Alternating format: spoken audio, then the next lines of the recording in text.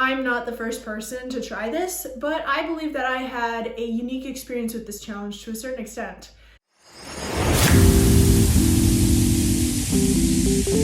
Hey there y'all, it's Catherine, and today I want to talk about how my no-buy month went. The exceptions I had, what I learned, and whether I'm continuing. So first off, I saved a lot of money. I know it's probably obvious, but for thinking I'm someone who is usually pretty frugal, I was surprised by how much I still saved, and that I saved quite a bit of money. Part of the reason I decided to start a no-buy month was that I had less incoming income for the beginning of the year, and additionally the beginning of the year seemed like an easy time to try something new like this, and a good time to kick off a new challenge, so to speak, and limit more what's coming into my home. So first off, the rules. For me, this is what I decided on that I would function by with the no-buy. Some people might choose differently. I'm not sure, but this is mine. The rules for me included what I would buy and what I couldn't, with the added rule that I allowed myself to respond to like Craigslist or Facebook ads for free items, as they would be no cost to me, and therefore I would not have to buy them, was the stipulation. Additionally, another thing I was open to was family hand-me-downs for things like clothes or select housewares. I wasn't gonna let other people's timing as much affect what I could take in for no cost and no purchasing, which again, I think stays within the no-buy as I understand it and what I decided to do. But if I saw a use for them, that is, I think that's an important stipulation. I didn't take everything my family was getting rid of, but if there was a use for something, or I'd been looking for one, I wasn't gonna not save $30 because I was on the no-buy because I didn't have to buy it. That seems fair to me. What I could get. Consumables as a whole were largely allowed, from food and some select household items as the month went on. I allowed myself to get treats for myself additionally, so I didn't just do like required fruits and vegetables and whatever else. I also allowed myself to buy things like really budget-friendly ice cream or cookie mix or something, so I wouldn't have to go out as much to buy those kind of things, therefore limiting myself more intentionally while getting to still enjoy the month as I saw it. The benefit to this is that I was not as tempted to break the no-buy and spend more money or potentially go out for desserts, though I'll admit it's not necessary. What can I say? I have a bit of a sweet tooth. Gas for my car was also allowed in addition to utilities for my homes, as I like having a place to live and a way to get to church, my boyfriend's home, and to potential interviews, and to not go stir crazy in my home all day while job searching.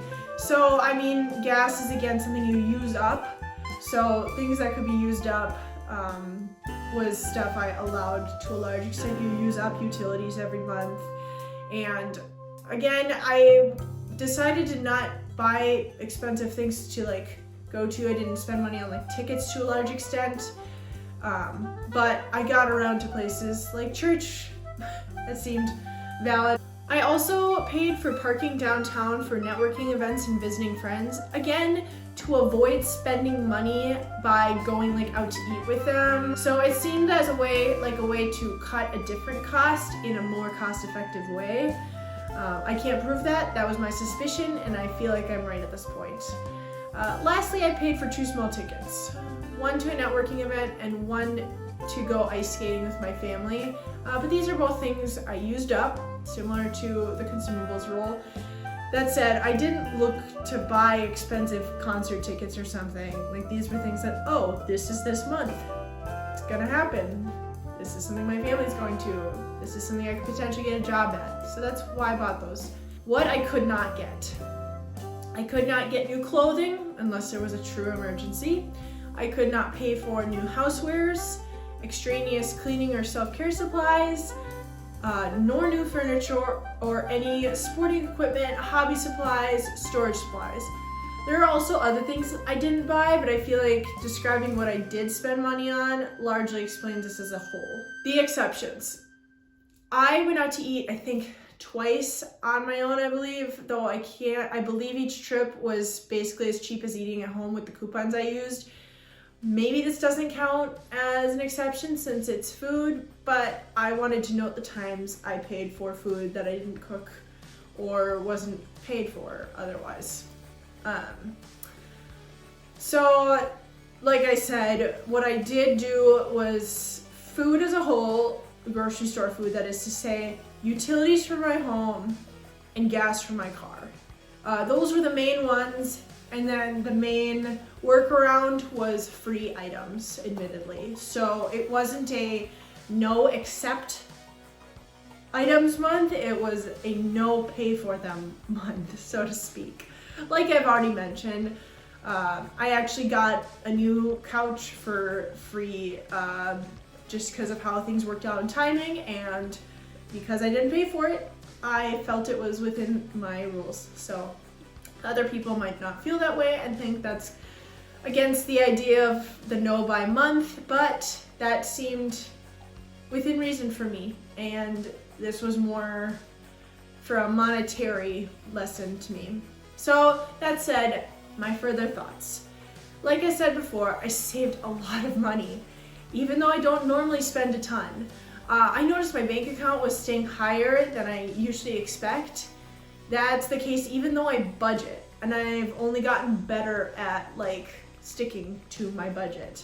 So the fact that it was still staying nice and high was like, oh, this is quite literally paying off. I went shopping less, admittedly. In that same vein of thinking, I noticed I didn't have a pile of returns to worry about as much. This was nice, as I wasn't tempted to shop as much upon going back to the store to make the returns, as I usually end up bringing even shipments back to a store because it's just easier for me. But it was so nice to not have that pile of things, which I would largely argue is a good thing if I'm returning a lot of stuff, but I was kind of just avoiding the whole process, so take that how you will. Though one thing that went up was that I actually wanted to declutter a little bit more, though it wasn't as practical, since I've minimized a lot in the past years, and some hand-me-downs I've gotten, I've realized I want to have them for their intended season before I declutter them. I found more things available for free. I had to be really intentional. If I wanted something, I had to call my mom and see if she had an extra one or something within reason, or see if my sister was getting rid of something I liked, or if it was available on something like Craigslist free stuff listings.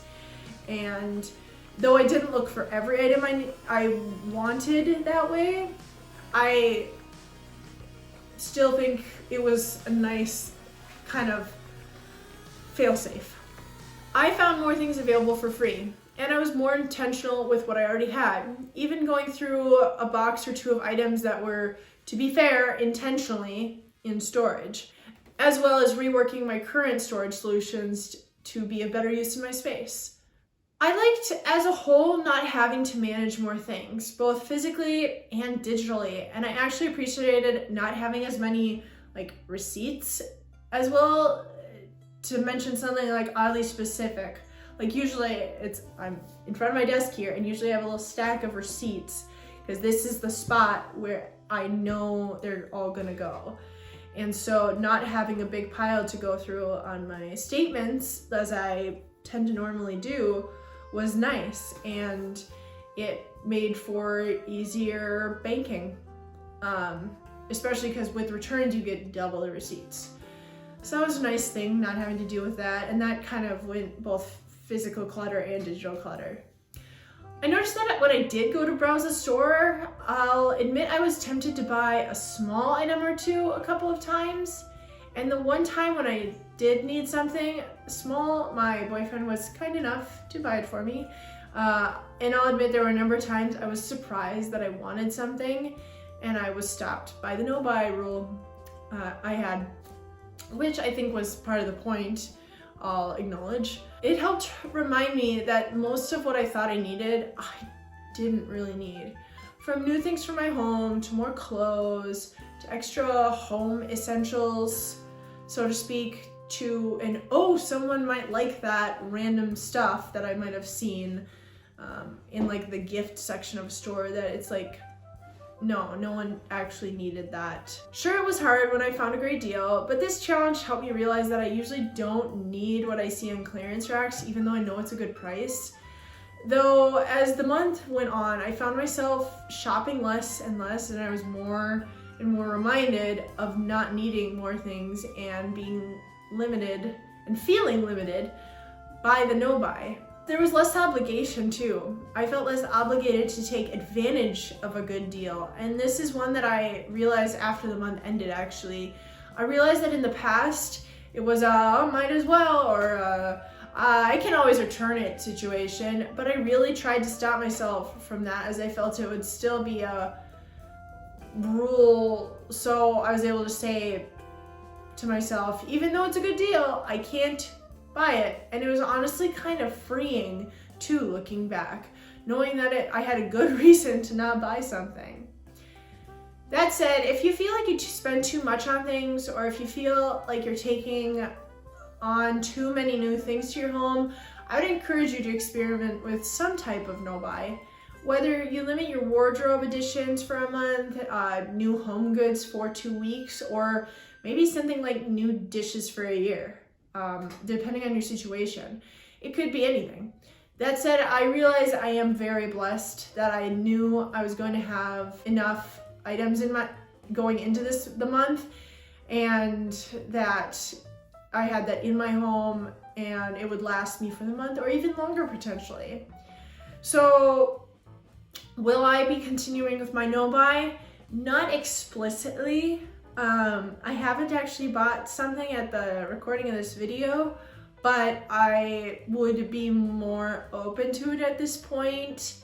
But it feels limiting until probably that first thing I buy, where, oh, you've bought something now, it's no longer no buy, it's a little buy. But that I think is gonna be where it gets tricky, the first purchase I do make.